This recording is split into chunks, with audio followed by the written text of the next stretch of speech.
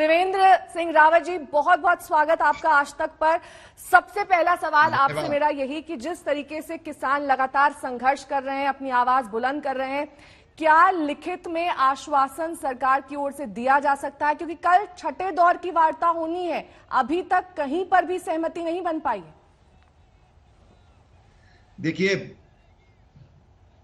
राजनीतिक जो समझौते होते हैं उनका कोई कानूनी महत्व नहीं होता है और इसलिए ये विश्वास की बातें हैं। सरकार का और किसानों का विश्वास ये बहुत जरूरी है। माननीय जो केंद्रीय सरकार है, माननीय नरेंद्र सिंह जी, वो पहले ही इस बात को कह चुके हैं कि हम बातचीत के रास्ते हमेशा खुले हैं। कानून इसको हम वापस नहीं लेंगे। हाँ, अगर कोई सुधार की गुंजाइश है तो उसके लिए हम हर समय तैयार हैं। किसानों को भी सरकार की मंशा समझनी चाहिए। ये नरेंद्र मोदी जी के नेतृत्व वाली सरकार है जिसने किसानों के लिए जो आज से 50 साल पहले हो जाना था, 40 साल पहले हो जाना चाहिए था, स्वामीनाथन रिपोर्ट के बाद हो जाना चाहिए था, वो नहीं हुआ। मोदी जी आए तो तमाम किसानों के लिए, चाहे कृषि का बजट हो जो 12,000 करोड़ से आज 1,34,000 करोड़ रुपया, ये 6 साल में बढ़ोतरी हुई है। किसानों की जो न्यूनतम समर्थन मूल्य है उसको 1.5 गुना किया गया। किसानों के लिए मंडी के अलावा मार्केट खोल दी गई है। किसान को जहां पर अच्छा मूल्य है वो वहां पर जाकर के अपना उत्पाद बेच सकता है। तमाम तरह के विकल्प आज भारत सरकार ने खोले हैं। जो अमेंडमेंट किए गए उसको कांग्रेस के 2019 का जो घोषणा पत्र है उसका पेज 17 है, उसमें उन्होंने इन अमेंडमेंट की बात की है कि हम ऐसा करेंगे। जो पंजाब आज सबसे बड़ा लीडर बना हुआ है, उनके विधानसभा चुनाव के घोषणा पत्र में ये सारी चीजें सम्मिलित हैं, लेकिन वो आज विरोध कर रहे हैं, उसके जनक बने हुए आंदोलन के। तो मैं समझता हूं कि ये दोहरे चरित्र वाले लोगों से किसानों को बचने की आवश्यकता है।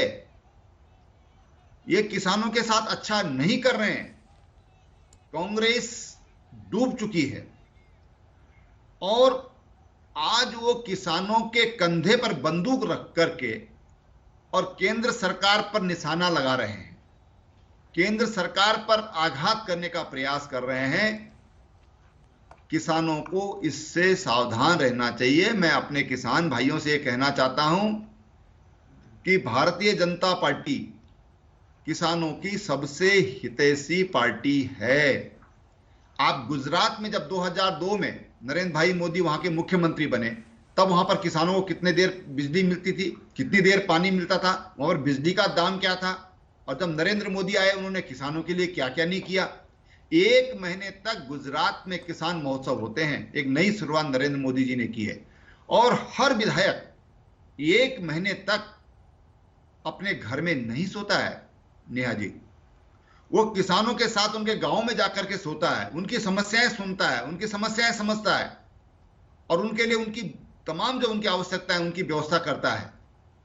और आज देश में जब इतना बड़ा बजट ये कृषि के लिए किया गया, पीएम किसान योजना के अंतर्गत सीधा सीधा 92,000 करोड़ रुपया किसानों के खाते में डाला गया।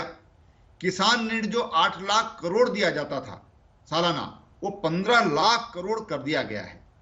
एफपीओ, आज एफपीओ के लिए 10,000 नए एफपीओ बनाए जा रहे हैं और 6,850 करोड़ रुपए का बजट का उसमें प्रावधान किया गया है। जैसे ही हमारे एफपीओ ये बनेंगे तो किसान का जो मूल्य है, किसान का जो उत्पाद है, उसको बहुत बेहतर मूल्य मिलने ये शुरू होंगे। मैं समझता हूं कि जो हमारे किसान भाई हैं वो इस बात को समझेंगे। मैं उत्तराखंड की बात आपसे करना चाहता हूं। हमने अपने गन्ना किसानों का रावत भुगतान, साहब, उत्तराखंड की आप बात करें, वहां के आंकड़े बताएं, उससे पहले एक मेरा छोटा सा और सीधा सा सवाल, अगर सारे बिंदु जो आप गिना रहे हैं वो किसानों के हित में है, तो भ्रम की स्थिति क्यों है? क्यों किसानों को ये लग रहा है कि फॉरेन प्लेयर्स और फॉरेन बायर्स के आने से उन्हें उचित एमएसपी नहीं मिल पाएगी, कहीं ना कहीं उनका नुकसान होगा? नहीं, देखिए, किसान की मजबूरी थोड़ी है कि फॉरेन बायर्स को दे। जो उसको अच्छा मूल्य देगा उसको अपना उत्पाद बेचेगा वो। आज तो किसान को पहले तो केवल मंडी में खरीद होती थी, आज उसके लिए ओपन किया गया है। उसके कारण किसानों को अच्छा मूल्य मिला है। कॉन्ट्रैक्ट फार्मिंग होगी, किसानों को के जो मूल्य है वो पहले निर्धारित हो जाएंगे। तो ये जो तमाम चीजें हैं, ये भ्रमित किया गया किसानों को। देखिए, मैं आपको बताना चाहता हूं कि ये पंजाब में ये मूवमेंट शुरू हुआ, वहां अमरिंदर सिंह डूब रहे हैं। अमरिंदर सिंह की एंटी इनकम्बेंसी, ये वहां पर ये हालत है कि अमरिंदर सिंह स्वयं तो हिल नहीं सकते हैं, तो उनके खिलाफ वहां पर वातावरण है। उन्होंने वहां पर किसानों को उकसाने का काम किया। मुझे बताया हरियाणा का कितना किसान आज इस आंदोलन में भाग ले रहा है? उत्तराखंड का किसान क्यों नहीं इस आंदोलन में भाग ले रहा है? राजस्थान का किसान इसमें क्यों नहीं भाग ले रहा है? इसमें गुजरात का किसान क्यों नहीं भाग ले? महाराष्ट्र का जो शेतकारी संगठन है वो नए कानूनों का समर्थन कर रहा है, खुलेआम समर्थन कर रहा है। और इसलिए किसानों को भ्रमित करने का काम किया गया है। ये जो भ्रम के बादल हैं ये छट जाएंगे, कैसे, बहुत जल्दी छट जाएंगे। कैसे होगा ये? ज्वाइंट सेशन बुलाया जाएगा पार्लियामेंट का, लिखित में आश्वासन दिया जाएगा, कानून में बदलाव किया जाएगा, क्या किया जाएगा? देखिए, मैंने मीडिया के माध्यम से ही तमाम किसानों पर जो आप लोगों ने पूछा है उनको, उस किसान को मालूम ही नहीं अमेंडमेंट क्या है। उसको भ्रमित किया जा रहा है कि पूंजीपतियों का कब्जा हो जाएगा, एमएसपी खत्म हो जाएगी। अरे भाई, कहां से खत्म हो जाएगी एमएसपी? पहली बार शायद एमएसपी में 1.5 गुना की वृद्धि हुई है। कभी हुआ है? मुझे तो नहीं मालूम। मेरी भी 60 साल की उम्र हो गई। मैं भी कृषि मंत्री रहा हूं, और जब केंद्र में कांग्रेस की सरकार थी उस समय मैं राज्य में कृषि मंत्री रहा हूं। जो तो बतौर कृषि मंत्री रावत साहब जब आप थे, तो जो चुनौतियां किसानों के सामने पेश आती थी, सभी को एड्रेस कर लिया गया इस बिल में? निश्चित रूप से। देखिए, मैं कहता हूं कि माना कोई चीज रह गई, हो सकता है। देखिए, संपूर्ण कोई नहीं होता है। कोई चीज रह गई तो किसानों को ये कहना चाहिए कि इसको इसमें जोड़ दीजिए। ये जो स्यापा कर रहे हैं किसानों के नाम पर, रोना धोना कर रहे हैं, ये कहां थे भाई? इन्होंने क्यों अपने घोषणा पत्र में इन चीजों को सम्मिलित किया था, और क्यों आज ये पीछे हट रहे हैं?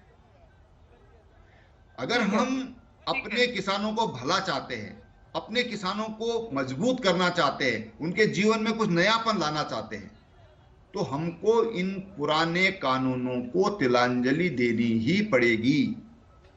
हमको नए युग के अनुकूल नए कानून बनाने ही होंगे। रावत साहब, मेरी सहयोगी चित्रा आपसे कुछ सवाल करना चाहती है। Over to you Chitra. बिल्कुल, देखिए, मेरा सवाल यह है, किसानों का गुस्सा लगातार बढ़ता हुआ चला जा रहा है। सवाल ये खड़ा हो रहा है कि अगर किसान जो आप लोग आश्वासन दे रहे हैं मानने हैं, तो फिर बीच का असर कैसे निकलेगा? क्योंकि यहाँ पर लगातार विरोध बढ़ता हुआ चला जा रहा है। देखिए जी, किसी भी वार्ता से बातचीत से होता है, और बातचीत के द्वार हमेशा खोले हुए रखे हुए हैं। अड़ने से कुछ नहीं होगा उनको। देखिए, किसी भी लोकतंत्र में, और भारत जैसे लोकतंत्र में जहां पर 70% आबादी एक कृषि कार्य करती है, उस देश में कैसे कोई किसानों का विरोध कर सकता है? कैसे कोई अपने लोकतंत्र में अपने किसानों को कमजोर करने की सोच सकता है? किसान मजबूत होगा तो ये देश कमजोर मजबूत नहीं हो सकता है। किसान मजबूत होगा तो ये देश तभी मजबूत हो सकता है। गांव मजबूत होंगे तो तभी शहर मजबूत हो सकते हैं। शहर की मजबूती से न गांव मजबूत हो सकता है, न गांव के किसान कमजोर रहेंगे तो न उससे शहर मजबूत हो सकता है। गांव वालों की जेब में पैसा होना चाहिए, तब वो मैन्युफैक्चरिंग का लाभ ले सकते हैं। बहुत बहुत शुक्रिया त्रिवेंद्र सिंह रावत जी हमारे साथ जुड़ने के लिए।